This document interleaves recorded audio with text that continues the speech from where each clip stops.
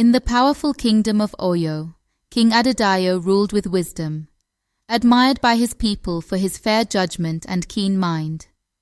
In his grand palace, he lived with his 2 wives, Olabisi and Adunni, each a mother of his children, and each known throughout the land for her distinct qualities.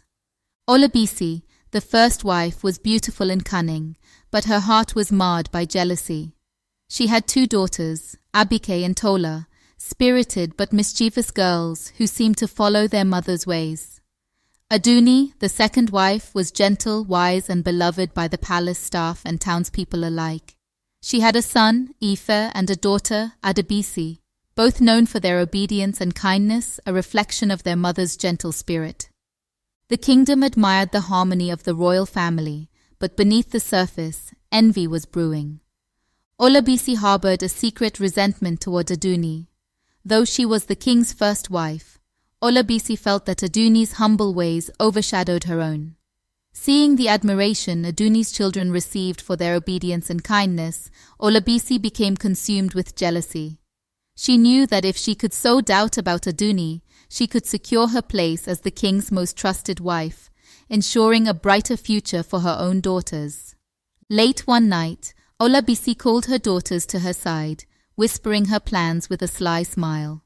"The time has come, my daughters. We will show your father who truly belongs at his side. Follow my lead and speak only when spoken to." She spun her web of lies, claiming that Adunni practiced dark magic and cast spells to gain the king's favor. For weeks, Olabisi spread whispers throughout the palace, until she approached the king directly, her face twisted with false sorrow. "My king, I come to you with a heavy heart. I fear for our family's safety. I have witnessed strange practices. Adunni performs rituals in the dead of night, seeking powers that no one should possess." The king, deeply troubled, looked at his first wife, his brows knitted in confusion. "Olabisi, what you are saying is grave indeed. Adunni has always been a woman of grace and goodness." Placing a hand over her heart, "My king, I wish it were not so. But she hides a dark secret, a power that could harm our family if we do not act." Consumed by doubt, King Adedayo decided to confront Adunni. He called her to the throne room, where Olabisi looked on with feigned innocence.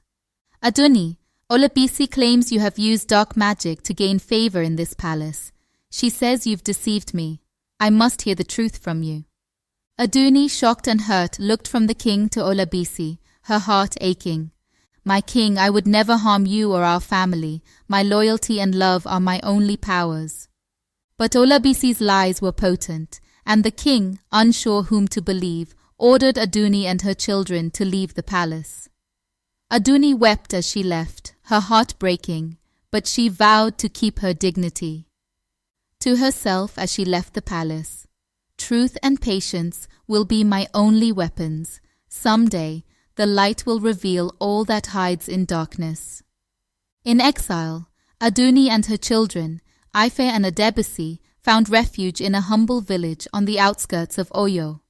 Though they struggled, Adunni maintained her dignity, and her children followed her example.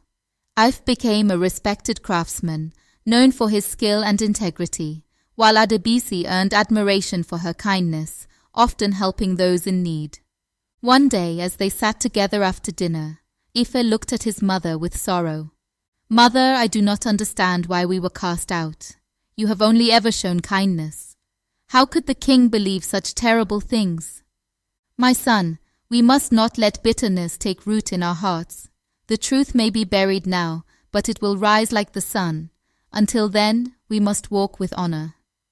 Meanwhile, in the palace, Olabisi and her daughters reveled in their newfound status. But Abike and Tola's behavior grew unruly.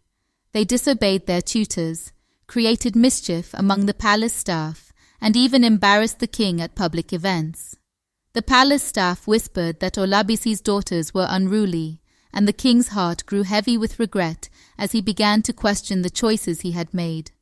One of the king's most trusted advisors, Chief Afolabi, had always harbored doubts about Olabisi's claims against Adunni. As he observed Olabisi's growing pride and her daughter's reckless behavior, he felt compelled to investigate further. Speaking with palace staff, he uncovered Olabisi's web of deceit, along with the testimonies of those who had seen her orchestrate the plot against Adunni. With evidence in hand, Chief Afolabi approached the king, bowing respectfully. "My king, I bring urgent news. It pains me to say this, but Olabisi has deceived you. She spread lies about Adunni to drive her from the palace, out of jealousy and envy." The king's heart twisted with shame as the truth became clear. "I let myself be blinded by lies. Adunni has suffered because of my weakness. Chief Afolabi, I must right this wrong." Determined to make amends, the king sent a royal escort to the village where Adunni and her children lived. Word spread quickly through the kingdom, and villagers cheered as Adunni returned to the palace. She arrived with Ife and Adebisi, met by the king, who knelt before her in humility. "Adunni, I was blind and foolish. You have shown more grace in exile than I did in my throne room. Will you return and restore peace to our home?" "I have forgiven you, my king. For the sake of our children and the kingdom, I will return, for truth and honor must always prevail." The king ordered Olabisi and her daughters to be summoned. Facing the truth, Olabisi knelt before the king, her once proud face now filled with shame. "Olabisi, you let jealousy poison your heart, and you wronged an innocent woman. You will leave this palace at once, and may solitude teach you the humility you have yet to find." Olabisi was cast out, leaving her daughters to face the consequences of their mother's deceit.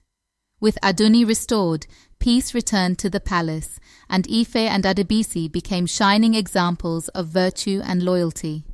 Ife, known for his integrity, became a trusted advisor to the king, while Adebisi spread kindness and compassion, healing the wounds of the past. From that day on, King Adedayo ruled with a renewed sense of justice, always seeking truth before judgment.